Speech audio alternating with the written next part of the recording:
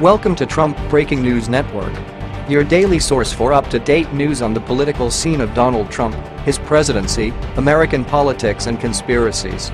Please subscribe to receive notice of our daily updates. Also share with your friends and your social media.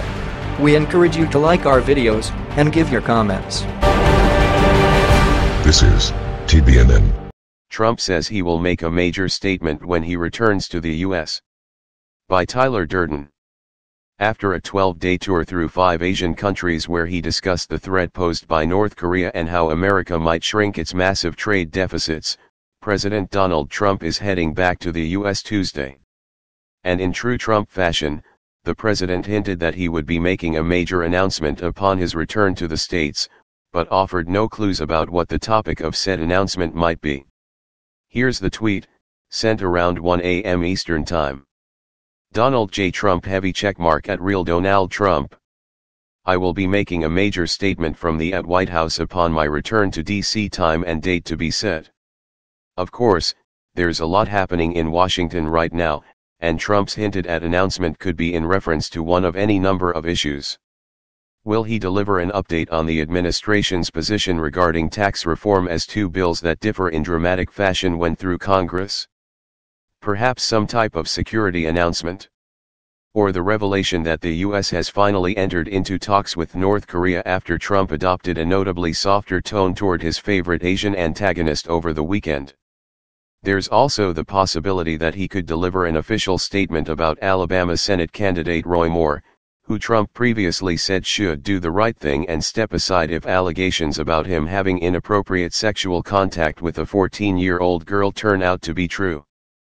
Shortly before his teaser tweet about the upcoming announcement, the president hinted that he had made some major breakthroughs on behalf of the US trading relationship in the region, claiming that the US regional partners now understand that trade deficits must come down.